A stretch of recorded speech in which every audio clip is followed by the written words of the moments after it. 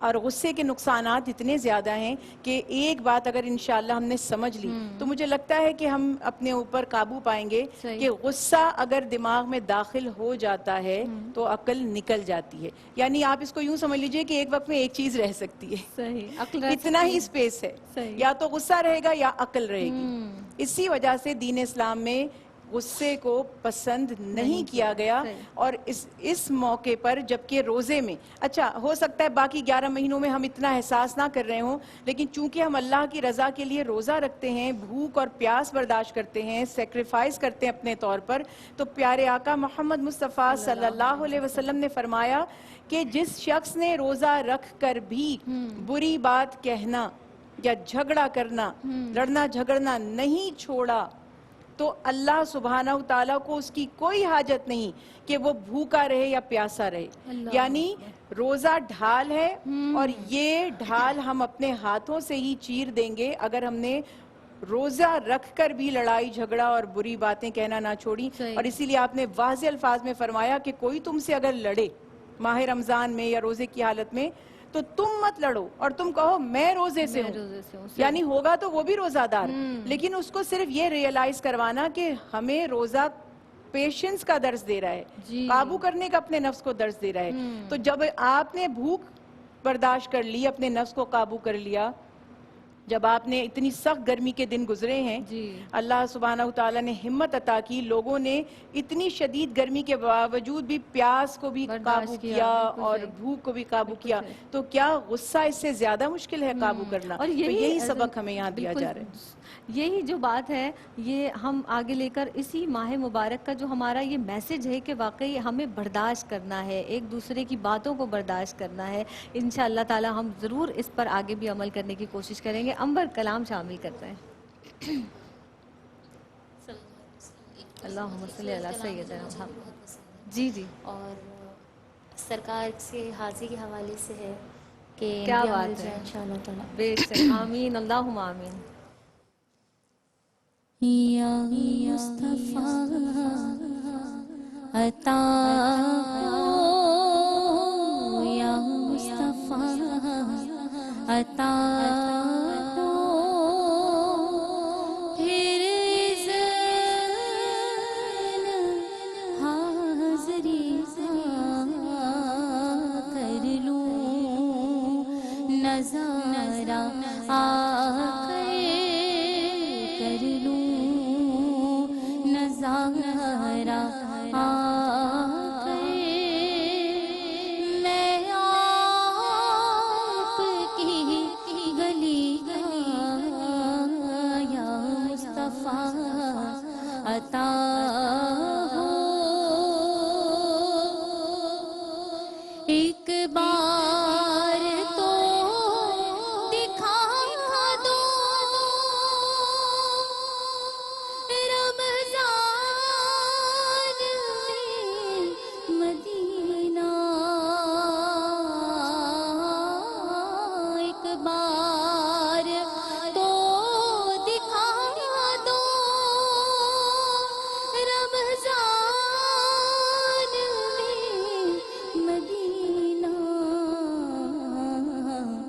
بے شک بنا لو آقا, بے شک بنا لو آقا,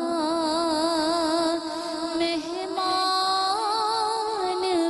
دو گھڑی کا, بے شک بنا لو آقا, مہمان دو گھڑی کا, یا مصطفیٰ عطا ہو. روتا ہوا پھر داغے جگر دکھاؤں,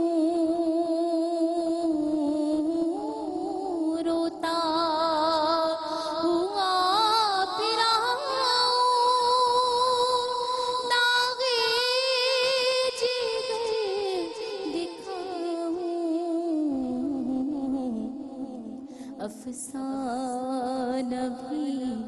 سناؤں افسانہ بھی ہے، رکھ لو بھرم خدا، رکھ لو بھرم خدا را، عطار قادری کا یا مصطفیٰ عطا ہو، تیرے ذہن حاضری کا کر لوں نظارہ آقا، کر لوں نظارہ آقا، میں آپ کی گلی کا خالق کے کرم کا ہے السلام علیکم ورحمۃ اللہ وبرکاتہ۔ آپ دیکھ رہے ہیں ماہ رمضان المبارک کی یہ خصوصی ٹرانسمیشن شان رمضان، اور آج جناب گفتگو کی جا رہی ہے، الوداع کیا جا رہا ہے اس ماہ مبارک کو، اور اسی تعلق سے یہ گفتگو ہم کر رہے ہیں کہ یہ ماہ مبارک بالخصوص ہمارے دلوں کو بہت نرم کر دیتا ہے، ہمارے دلوں کو ایسا کر دیتا ہے کہ اگر ہم کسی کو پریشانی میں دیکھیں تو یقینی طور پر ہمارا دل چاہتا ہے کہ اس کی مدد کریں، اور ہر ایک میں یہ جذبہ پایا جاتا ہے راہ خدا میں خرچ کرنے کا۔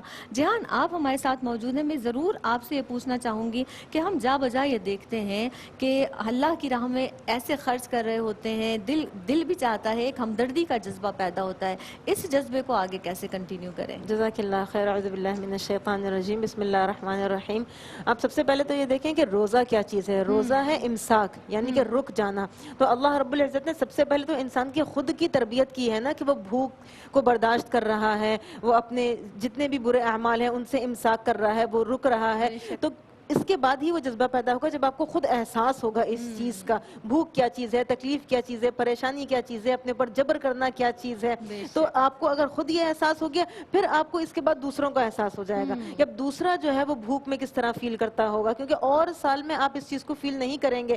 ہم لوگ تو الحمدللہ ان میں سے ہیں کہ ہمیں پوری طرح بھوک بھی نہیں لگتی اور ہم کھانا کھا لیتے ہیں، ہمیں الحمدللہ اللہ تعالیٰ دے دیتے ہیں، عطا کر دیتے ہیں۔ لیکن بہت سارے ایسے لوگ ہیں جو کئی دن جو ہیں وہ بھوکے رہتے ہیں، اور ان کو ان کے خوشی کا کھانا، ان کی مرضی کا کھانا مہینوں سالوں بھی نہیں ملتا ہے۔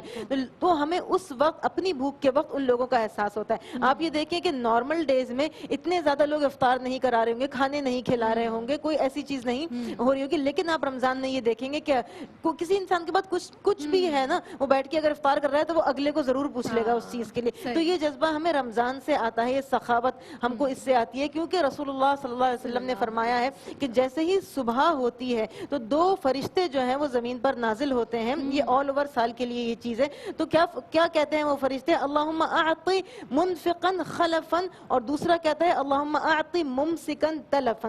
اس کا مطلب یہ ہے کہ وہ اللہ سے دعا کرتے ہیں، یا اللہ جو انسان دے رہا ہے تو اس کو مزید نواز، اور جو انسان روک رہا ہے تو اس کے پاس جو ہے بھی نا تو اس کو بھی برباد کر دے۔ تلف کہتے ہیں برباد کرنے کو۔ تو آپ اس چیز سے دیکھیں کہ سخاوت کتنی زیادہ امپورٹنٹ ہے۔ شیطان جو ہے وہ یہ چیز کہتا ہے کہ مجھے عبادت گزار کنجوس سے کوئی پریشانی نہیں ہے، مجھ کو ایسے انسان سے پریشانی ہے جو کہ عبادت اتنی نہیں کرتا لیکن وہ سخی ہے۔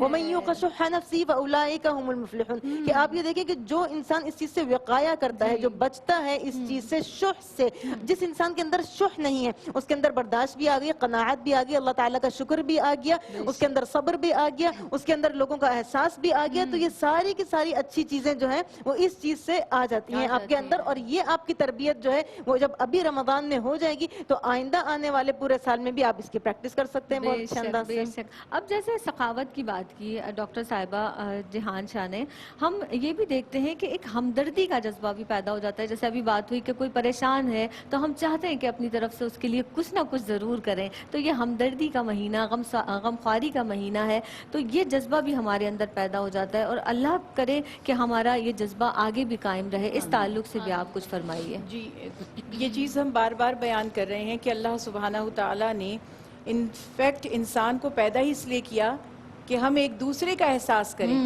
صرف عبادت مقصود ہوتی تو فرشتے جو لا تعداد ہیں، ہر گھڑی ہر لمحے کروڑوں سال سے عبادت میں مشغول و مصروف ہیں، ان کی عبادت میں کوئی نقص نہیں ہے، کوئی کمی نہیں ہے، کوئی رکاوٹ نہیں ہے۔ ہمیں جو چیز ڈفرنس نظر آتا ہے فرشتوں کے اعمال میں اور اپنے اعمال میں، وہ یہ ہے کہ فرشتے صرف اللہ کی عبادت کرتے ہیں اور ہم اللہ کی عبادت کے ساتھ ساتھ اللہ کے بندوں کے حقوق کا بھی خیال رکھتے ہیں، کیونکہ اللہ سبحانہ وتعالیٰ نے فرمایا، جو رسول اللہ صلی اللہ علیہ وسلم کی حدیث مبارکہ سے ہمیں پتہ چلتا ہے کہ مخلوق جو ہے وہ اللہ کی عیال ہے، اور اللہ سبحانہ وتعالیٰ اس سے راضی ہوتا ہے جو اس کی عیال سے اچھا سلوک کرے۔ دین کی اصل ہی یہی ہے۔ آپ دیکھیے اللہ تعالیٰ اپنے حقوق اگر چاہیں گے، جس کے لیے چاہیں گے اس کو معاف فرما دیں گے، لیکن لاکھوں ہمارے پاس عبادات ہوں، ہم نے اللہ کے سارے حقوق پورے کیے ہوں عبادات کی صورت میں، مگر کسی ایک انسان کا حق مارا ہوگا، اس کو بے یار و مددگار چھوڑا ہوگا تکلیف میں، تو ہمیں اس وقت تک نجات نہیں ملے گی۔ اسی لیے فرمایا رسول اللہ صلی اللہ علیہ وسلم نے، خیر الناس من ینفع الناس، لوگوں میں سب سے بہترین وہ ہے جس کی ذات سے دوسرے کو نفع پہنچے۔ اور آپ صلی اللہ علیہ وسلم نے اس ماہ رمضان کو شہر مواسات کہا کہ یہ ہمدردی کا شہر ہے، ہمدردی کا مہینہ ہے۔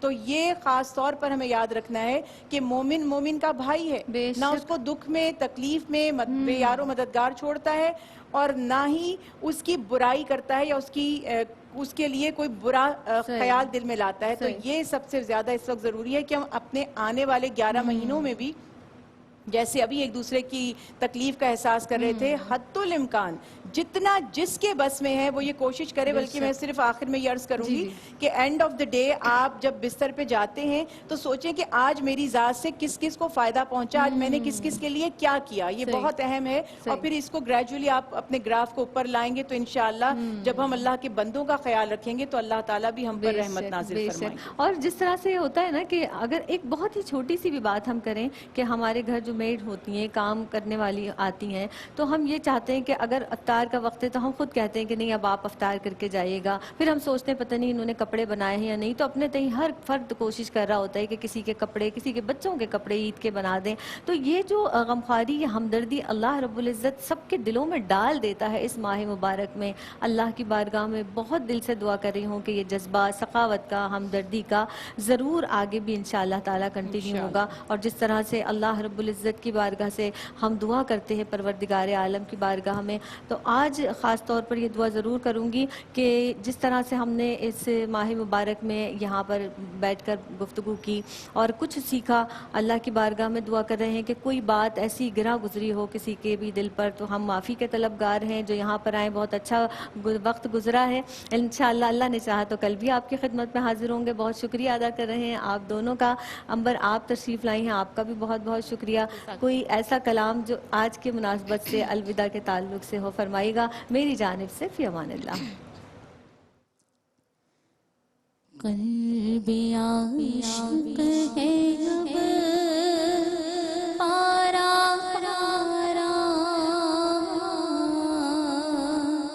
الوداع الوداع ماہ رمضان، الوداع الوداع ماہ رمضان، الوداع الوداع ماہ رمضان، الفت ہجر و فرقت نے مارا، الوداع الوداع ماہ رمضان، الوداع الوداع ماہ رمضان، الوداع الوداع ماہ رمضان، تیرے آنے سے دل خوش ہوا تھا، تیرے آنے سے دل خوش ہوا تھا، اور ذوق عبادت بڑھا تھا، اب وقت رخصت ہے آیا، الوداع الوداع ماہ رمضان، الوداع الوداع ماہ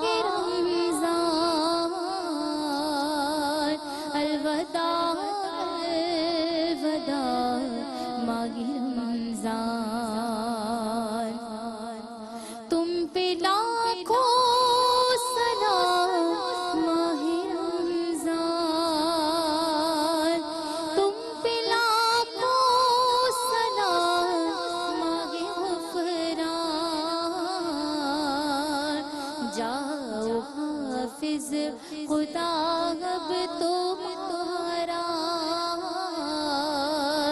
جاؤ حافظ خدا اب تمہارا،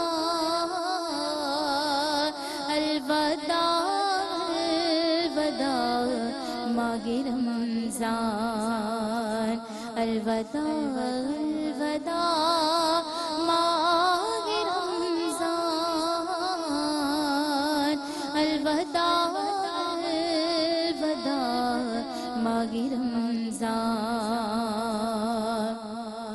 نیکیاں میں نہ کچھ کر سکا ہوں، نظر چند عشق بس کر رہا ہوں، نیکیاں میں نہ کچھ کر سکا ہوں، نظر چند عشق بس کر رہا ہوں، بس یہی ہے میرا کل ساسا،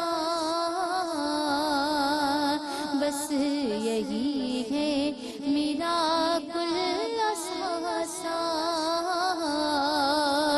الوداع الوداع ماہ رمضان، الوداع الوداع ماہ رمضان، الوداع الوداع ماہ رمضان، جب گزر جائیں گے ماہ گیارہ، تیری آمد کا پھر شور ہوگا، جب گزر جائیں گے ماہ گیارہ، تیری آمد کا پھر شور ہوگا، کیا بھروسہ میری